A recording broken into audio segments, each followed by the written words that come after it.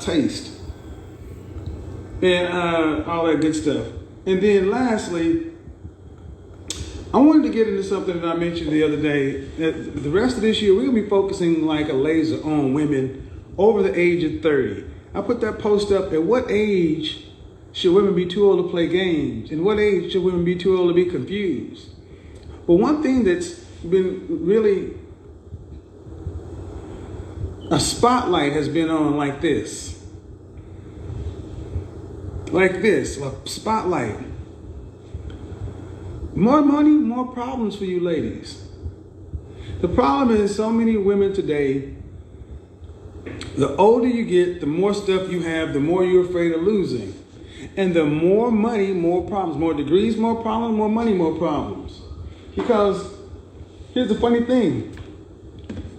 Women think they got all this money, and only 9% of women in our community earn over $75,000. But if you got, if you are master's, PhD, you got that plus your debt. That's on your head. Plus, if you've been out of school for 7+ years, you got the pressure of a full-blown career. In my opinion, a career is something that's 5 years or longer in one place. But I get it. Why is this the thing? Because so many women with PhDs, masters, BMWs, Mercedes, Porsche trucks, and all this other stuff are just stressed as French toast. More money, more problems. And this is the group of women that right now can still live and date and kick it like they're still in college. Why is that important? Because you would be amazed at how many women I saw on their Instagram timelines this summer after 2020 Corona went and had hot girl summer. I'm like, you're in your mid-30s. What are you doing? Well, I don't have a boyfriend. I don't have a relationship. And I don't want to just be sitting in the house. I'm like, so in other words, you went and wasted another season traveling around the country, around the world, some of them around the world, upping your body count instead of taking that time to really, it's just like wasted time. So the question is, especially the more money a woman has, the more educated she is, the more learning she has, the more stuff a woman has, the smaller her dating pool gets. Understand something. The more you have, ladies, the smaller your dating pool gets. That's it. Because of hypergamy. If you got a bachelor's, you want a man to have a bachelor's. You got a master's, you want a man to have a master's. You making 6 figures, you want a man to make 6 figures. You making 75, you want a man to... Women want men to make at least 50% more than they do. Most want men to make double.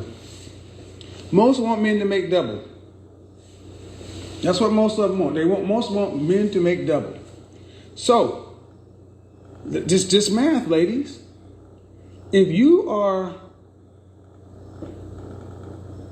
making $70,000 a year and you want your man to make at least 50%, most won't double, that means you want a man that's in the top 10%. But here's the problem. Are you fit? The number one problem in our community is as women's weight has increased, the marital rate is steadily been on a decline. Men are not marrying women that are not physically attractive. Understand, hit, deal with, date, other kind of stuff. Yeah, but I call you dry cleaning. In by 9, out by 5. You need to be in my house by 9 o'clock, out by 5, so nobody can see you, okay? But these women are not walking down the aisle. Why is that important? Well, I want to pull up something, and I'll let you guys do it yourself. Let's Google black women in the 1950s. Black women in the 1950s. I have it on my other phone, but I'm using it right now. I want you guys to see something. Black women in the 1950s. That's what you look like, ladies. You see those collarbones? You see those waists? See, black women back then had sass, they had attitude, they had a lot of the same stuff that modern women have. But the one thing that they had over you ladies is they are attractive. Men are not marrying women who are not attractive to them. Men are not marrying women that are overweight. So, like it or not, ladies, this is how you're supposed to look. Just Google black women in the 1950s, 40s, and 30s. Why is this important? Because so many women today don't seem to realize what's keeping you from being able to attract the kind of men that you would want to be with. Most of it is your weight. Because you cannot be over 30, bachelor's or higher, $70,000 or higher, and then unfit. That means be a dress size, be unfit, and then expect to get a man who's on your level. Not by the, and here's the thing, and I'm going to say this. More money, more problems, more degrees, more problems, and then why is it that modern women all seem to think they're the special snowflake? You all think you're the exception. They all think that, well, I know what the numbers say, but it's going to be different for me. No, it's not. If you don't get your fitness under control, you are effectively out of the dating market for the kind and caliber of man that you would want to call husband. You can still get some sex, you can still get some dates, but here's the reality. They're not going to bring you to the company Christmas. He's not going to bring you around his colleagues. He's not going to bring you to the company picnic. He's not going to bring you around the fellas at the socials, because here's what happens. Here's what happens. I'm here. Ike is there. Theo's here. Blake is here. We all sitting around. And when you walk up with we all sitting there with our women, and you walk up with your lady, the first thing we're doing is we're ranking her.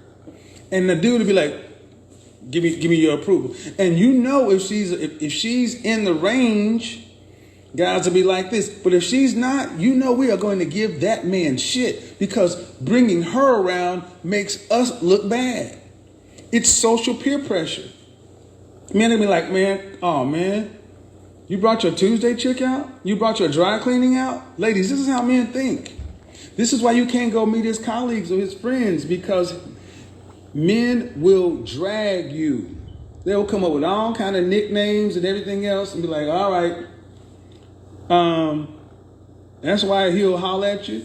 You know, if you getting phone calls after 10 o'clock, especially if you're getting phone calls after midnight, that's because all the people he talked to at the little spot at happy hour shot out, all the little hollers all the little parking lot pimping's done. He got to go home. And then what he doing? He got that Henny up in him. You know what happened? He getting that. Hey Shirley, what's going on? Hey Blake, how you doing? Hey, you know, chilling. What you doing? Oh, nothing. You sleep? No, I was up. Okay. You busy? No, I'm good. All right. I'm gonna slide through. Oh, okay. I got beans, greens, potatoes, tomatoes, lamb, rams, hogs, dogs, chicken, turkeys, rat, you name it. She rush her ass in there, get her one of them quick showers, or maybe even a little whole bath, pat. She brush her teeth and they'll pop it off with that little scope. He's sliding by there. He just went to Taco Bell, had him some, when you drunk, give him Taco Supremes. You know, he got the Henny dick. He slide up in there, and he ring the doorbell, and she like, and they get in, smash dash, and he gone. He gone. He is gone. He is gone like a vampire before the sun comes up. And she thinking, yeah, I'm dealing with me a high value man. I'm dealing with me a Henry. I'm dealing with me a Henry bear, girl. You just a doofer. Let him, as soon as he gets him a 6 or better, you be like, what happened? He got him a little 6. There's a dress size 4. Because believe, ladies, men of means and purpose, men on their purpose, men want a beautiful woman on their arm that is nice, cooperative, makes him look good around his friends. And I'm going to show you, like I said, if it's good enough for Beyonce, it should be good enough for you. I want to show you guys something. And I'm going to show you why it should be good enough for you. Is this it? Tiffany. Y'all see that? That's the Tiffany. This is Beyonce and Jay-Z. Talked about 20 years. But I want you guys right there, right there, right there, right there, right there. That is why she has a man. Right there. Pay attention. Pay attention. Right there. Pay attention to right here. That. You see that look? That is what all men want.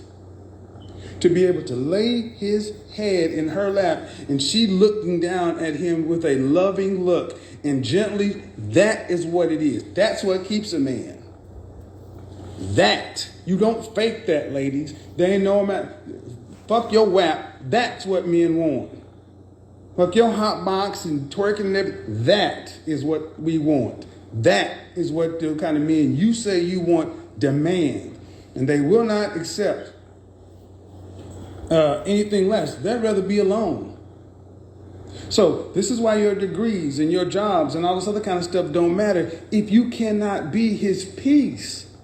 Feminine, beautiful, inspirational. That is what men are holding out for. And look at these fools. Look at this fool. Not all men know. Get off my channel. Bye. Look at this fool right here. Not all men. Get out of here. Bye. Off my channel. We don't do the not all. We don't do the not all. And we don't do is he our piece. We don't do that shit either. We don't do that either. Goodbye. Shut up. Get off my channel. We don't do that. We don't do the tit for tat. Go away. Find somewhere else. We don't do that over here. Is he our piece? Hit the bricks. Hit the bricks. And on the way out, take your dog.